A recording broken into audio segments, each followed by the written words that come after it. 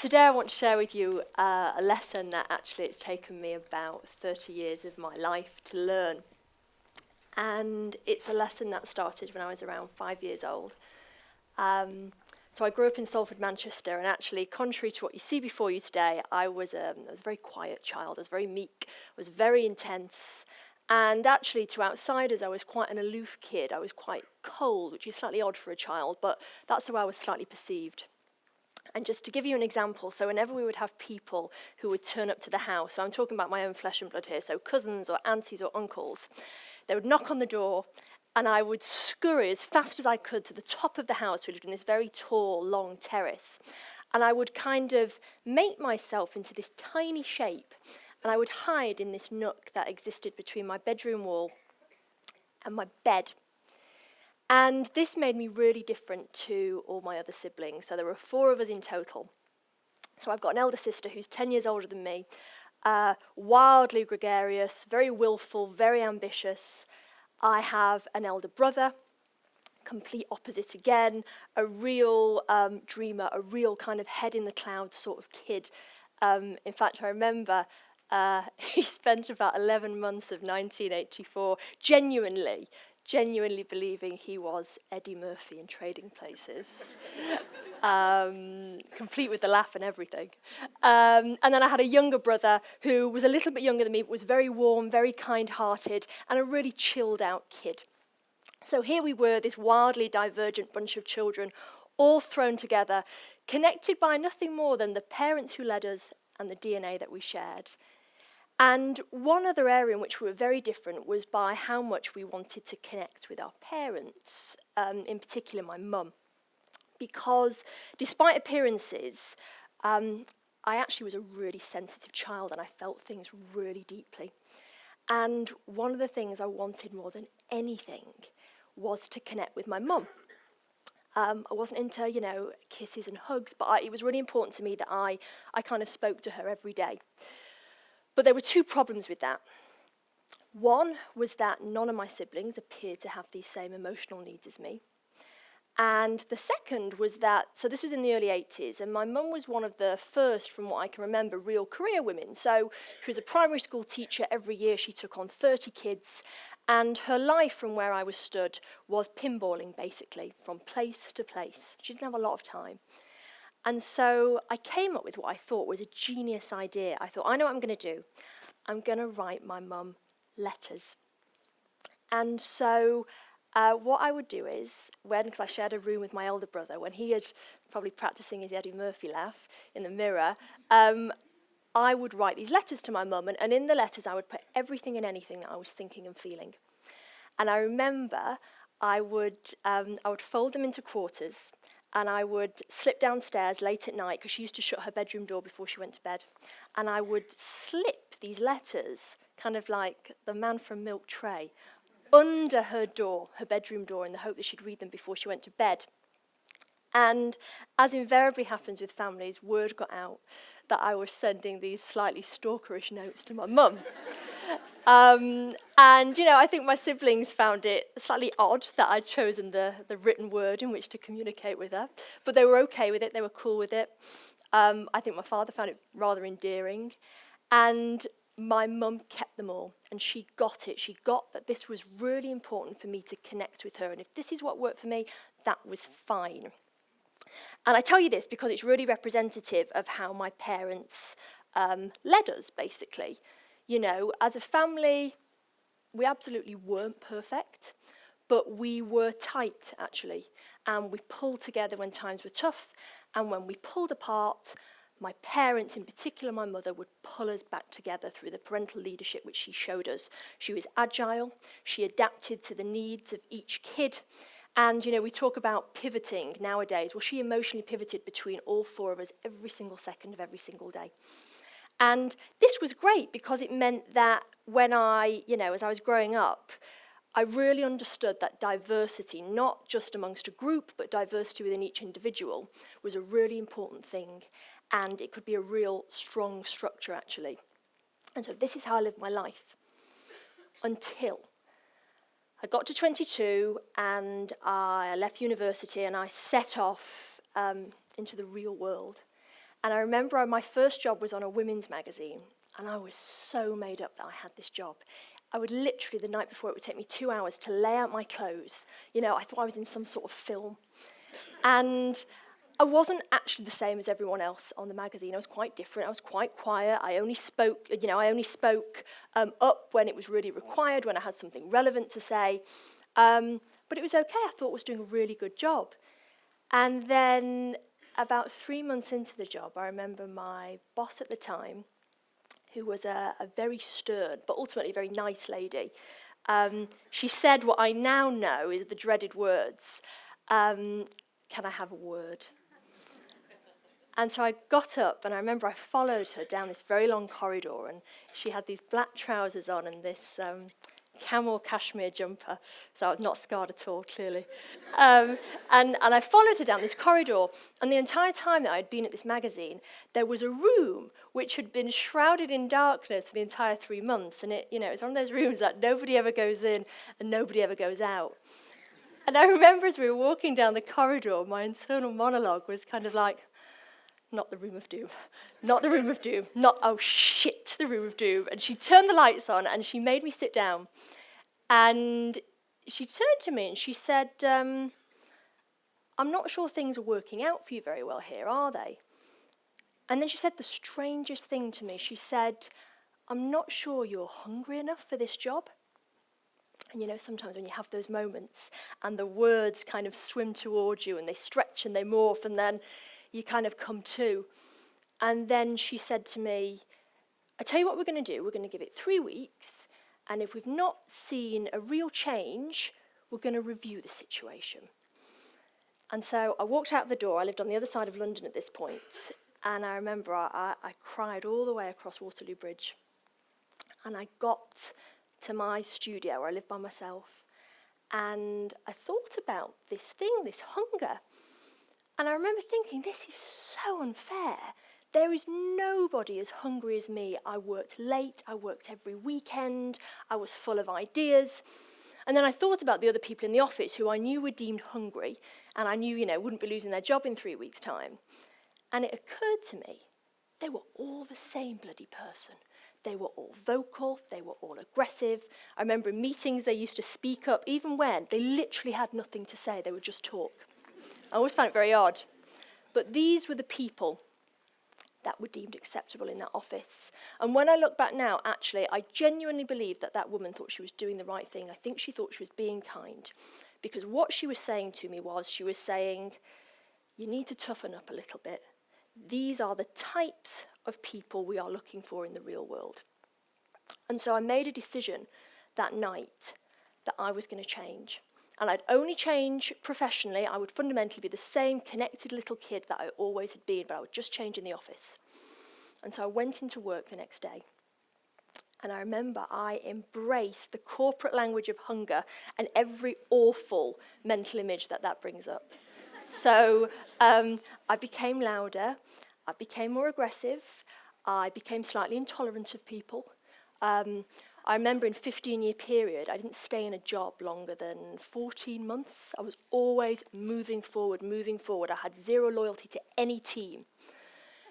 And here is the awful truth. It worked like a dream. The moment that I changed my behaviour was the moment my success went like that. I became one of the youngest editors in the country. I won awards. And in turn, what happened is, when I was in a position of power, I could recruit people. I started to recruit people who were like me. I remember I used to start all recruitment forms with pretty much the same words, which was looking for highly motivated self-starters. I wanted go-getters. I wanted to create this kind of league table of hyper-competitive, hyper-individualistic people. But behind the scenes, actually, something else was happening to me, is that I was drifting further and further away from this little girl that I had been. And my brother's in the audience somewhere, and he will tell you that my family's complaint throughout my 20s and 30s is that I wasn't family-minded anymore. And my husband, when we first started dating, he used to find it slightly eccentric that I would never say please or thank you. He said, what's wrong with you? But he thought it was funny. And then 4 years into marriage, he started to find it quite upsetting. And I think nobody knew where I had gone. And, you know, we live in a society which venerates professional success. We put an economic premium on the people that I refer to as having a disconnected mindset. And what I mean by that is people who are very competitive, who take risks, who are bold, who are forward-thrusting, rather than those who have more of a connected mindset, which is, generally speaking, slightly more empathetic, slightly more patient, quieter perhaps. And to give you an example of that, so the 3 best paid careers in the UK presently are CEO of a large corporation, banker, someone who works in finance, and sales director. Now, the 3 worst paid careers presently in the UK are teaching assistant, nurse, or carer. And you don't have to be a genius to work out the sorts of people who, generally speaking, are attracted to those different types of careers. So, you know, starting salary for a banker is around £80,000 with bonuses. Starting salary for an assistant teacher is around £18,000. So society is not only showing that it puts an economic premium on these people, but it's showing something else which is far more sinister, and it's this. Because we know that people who exist in the upper socioeconomic brackets of society benefit from greater health. They are less at risk of suffering from mental illness or depression. They're less at risk of having heart disease, asthma, diabetes, and their children actually receive the same benefits. But those who exist in the lower socio-economic echelon of society, greater risk of depression, greater risk of mental illness, greater risk of asthma, of diabetes, of heart disease, and it is the same for their children. So what society, and this is where it gets sinister, is really saying is it values the lives of one set of people more than it does the other. And so you're probably wondering, well, how does that tie into me and my career? Well, about 16 months ago, I took on the job as editor of Cosmopolitan. And it was a challenge because actually Cosmopolitan, to be completely honest with you, it wasn't in the most robust health. And we needed to change things. We needed to get it back to number 1, which it hadn't been for 15 years, and we needed to do it quickly. We had a 6-month time frame in which to do it. But there was one major problem with that, which was none of the team that I'd inherited wanted to work with me. And it's not an exaggeration. Within 3 months of me starting at Cosmo, 80% of the team had resigned. And I remember I was sat in my office, which was kind of like this goldfish bowl. It was a completely glass office. It had no shutters, no nothing, so there was nowhere to hide. And I remember looking out and seeing there were about 6 people who had decided to remain with me, to stay. And I felt awful, because these people, you could tell they were scared, they were nervous, same as I was feeling. And I knew that as a leader, I had to not only galvanise these people, but I had to make them feel safe. And the problem is when you're a leader is you don't usually get told that. There aren't any courses for telling you how to make a team feel safe. And so I had to really think about what I was going to do. It's kind of screwed.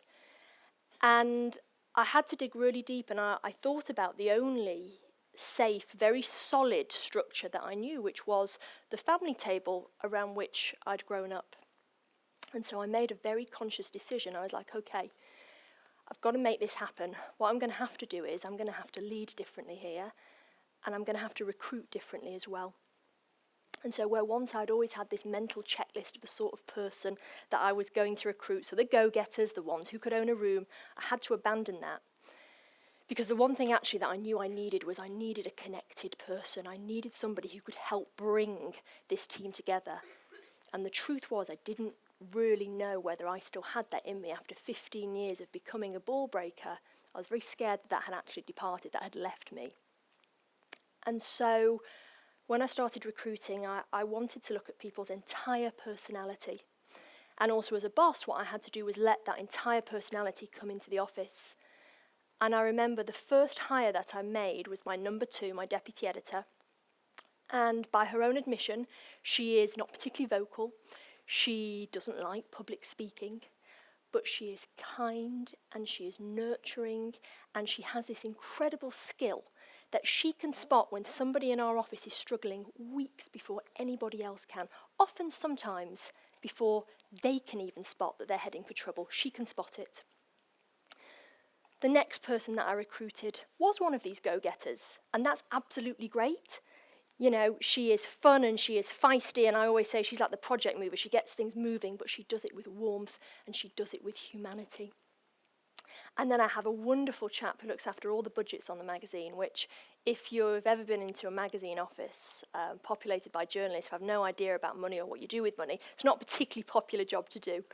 But he is a real stickler for standards. He is smart, he is strict, but he does everything with hilarity because he's allowed to bring that hilarity to the office. I've never seen anyone leave a meeting, even if it's talking about slashing their budgets in half, with them not coming out with a smile. And you're probably wondering, well, did it work? So within 6 months, we had become the best-selling women's glossy magazine again, the first time actually in 16 years. And I remember we had like a small celebration in the office, and I turned to my deputy and I said, "Thank you." And she was like, "Why?" And I said, "Well, you know, I think without your connectedness, with your kindness, without your empathy," I said, I don't think we could have done this."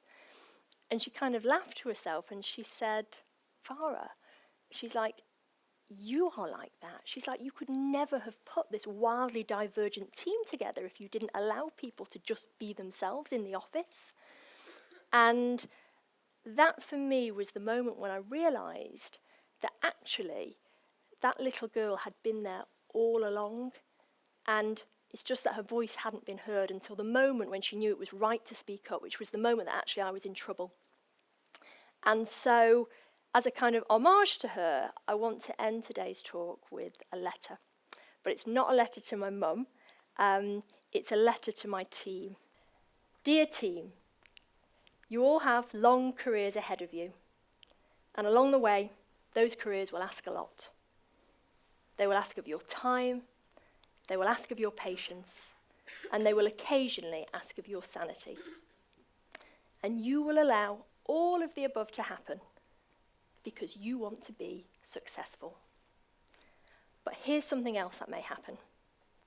Along the way, you may also be tempted to obscure certain parts of your authentic self. You will think this is a fast track to progression. And hey, it might be, but it will be short-lived. Instead, what will happen is you will change. Not overnight, but week by week, month by month, year by year.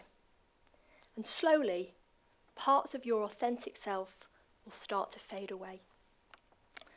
And that's a problem, not just for you personally, but for the work you do and the people that you work with. Because one day, the very part of yourself you let go in the pursuit of success is the very thing you will need to succeed. And so my advice to you is to stop hiding.